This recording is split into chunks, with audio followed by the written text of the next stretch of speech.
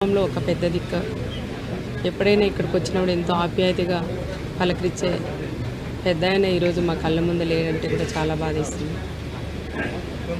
దేశవ్యాప్తంగా గుర్తింపు పొందిన వ్యక్తి రామోజీరావు గారు. ఈరోజు దినపత్రిక ఈనాడు పత్రిక పరిచయం చేసిన నాయకుడు మన రామోజీరావు గారు. ఎన్నో కష్టాలు పడిన వ్యక్తి రామోజీరావు గారు. ఈరోజు లేరని తెలిస్తే దేశవ్యాప్తంగా ఎంతోమంది కూడా ఈరోజు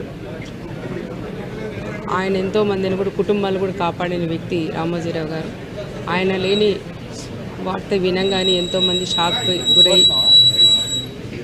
గురయ్యారు. నేనే పొద్దున తెల్లారితో తెలిస్తేనే ఎంతో బాధపడినాం. మా కుటుంబంలో ఒక పెద్ద దిక్క. ఏదైనా మాకు కష్టాలున్నా ఆయనకి చెప్పుకునే వ్యక్తులు మేము. మా ఆయన పరిటాల రవి గారు ఉన్నప్పటి నుంచి ఆయన పోయిన తర్వాత కూడా చాలాసార్లు కలిసాం. మా బాధలు ఏదైనా ఉన్నా చెప్తే కూడా మాకు ధైర్యం చెప్పి ఈ విధంగా మీరు నడుచుకోవాలని చెప్పే వ్యక్తి ఈరోజు మాకు లేరని కూడా అనుకోకూడదు. ఎప్పుడు కూడా మన గుండెల్లో ఎప్పుడు చిరస్థాయిగా పెద్దాయన ఉన్నారని కూడా మేము కూడా భావిస్తాం.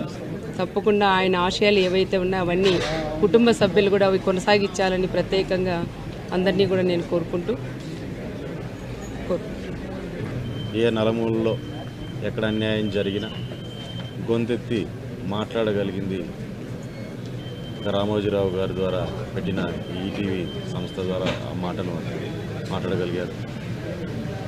ఈరోజు ఎవరైనా ఎక్కడైనా తప్పు జరిగితే మాట్లాడడానికి ధైర్యం ఉండాలి. ఆ ధైర్యాన్ని పుష్కలంగా పెట్టుకొని కొన్ని ఏళ్ల నుంచి ప్రజల పక్షాన నిలబడి గొంతెత్తిన వ్యక్తి రామోజీరావు గారు.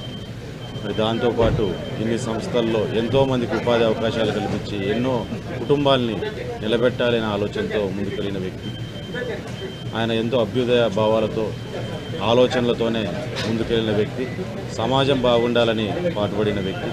అట్లాంటి వ్యక్తి ఈరోజు దూరం అవ్వడం అనేది మన తెలుగు రాష్ట్రాలు ఒక తీరని లోటుగా మనం ఈరోజు భావిస్తున్నాం. ఖచ్చితంగా ఆయన ఎక్కడున్నా ఆయన మంచి ఆలోచనలు ప్రజల్లోనూ రానున్న తరాల్లో కూడా అదే రకంగానే ముందుకెళ్తాయని, నేను ఒక ఇన్స్పిరేషన్ లానే రాబోయే తరాలన్నీ తీసుకొని ఒక మంచి సమాజ స్థాపనలో ఖచ్చితంగా వాళ్ళ